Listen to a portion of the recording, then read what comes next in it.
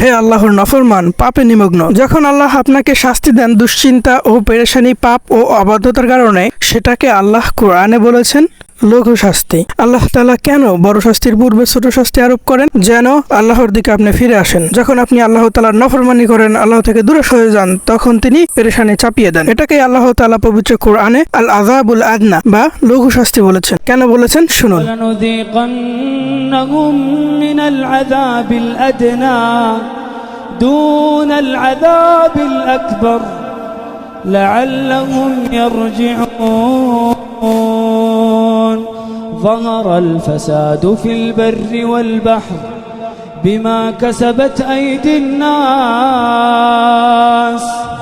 ليذيقهم بعض الذي عملوا لعلهم يرجعون।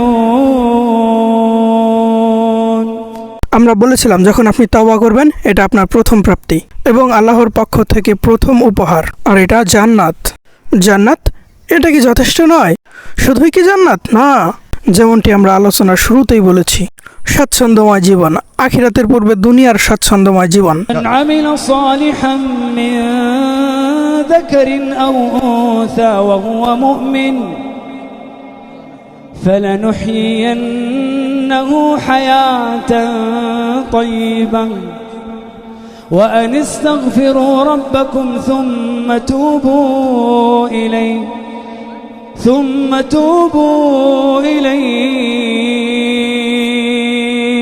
তাহলে কি? يمتعكم متاعا حسنا إلى أجل مسمى। আচ্ছা শেখ, ভালো কথা যে জান্নাত এবং স্বাচ্ছন্দ্যময় জীবন পাবো। স্বাচ্ছন্দ্যময় জীবন, উত্তম জীবন, সুন্দর জীবন। আমি তওবা করব, পরিবর্তন হব। তবে আমার একটি সমস্যা তো আছেই। আমার করা আগের পাপগুলো কি হবে? আমি যে আল্লাহর অবাধ্য ছিলাম, তার কি হবে? ومن يعمل سوءا أو يظلم نفسه ثم يستغفر الله يجد الله غفورا رحيما وهو الذي يقبل التوبة عن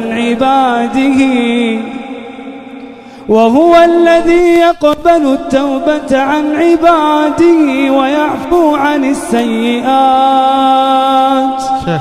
শেখ, আমি যে এখন আপনার সাথে এশার সালাত না পড়ে বসে আছি, ويعفو عن السيئات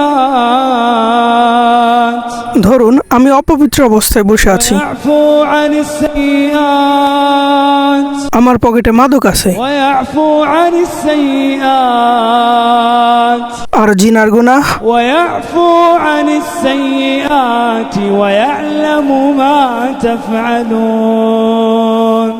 যদি সমকামিতার গুনাহ থাকে তখন إلا من تاب وآمن وعمل عملا صالحا فأولئك يبدل الله سيئاتهم حسنات وكان الله غفورا رحيما।